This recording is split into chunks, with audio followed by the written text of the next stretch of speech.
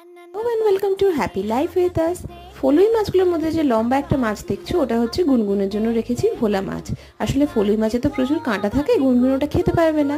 আর মাছটায় প্রচুর কাঁটা থাকে বলেই গায়ের মধ্যে ওরকম অনেকগুলো করে কাট দিয়েছি। তো মাছটাকে একটু কড়া করে তেলে ভেজে তুলে নিলাম, দিয়ে ওই তেলে দিলাম কালো জিরে ফোড়ন, টমেটোটাকে নুন দিয়ে একটুখানি নরম হতে দিলাম। তারপরে ওতে দিয়ে দিলাম হলুদ গুঁড়ো, জিরে গুঁড়ো আর লঙ্কা গুঁড়ো জলে গুলে দিলে বেশ একটা বাটা মশলার মতন টেস্ট হয়।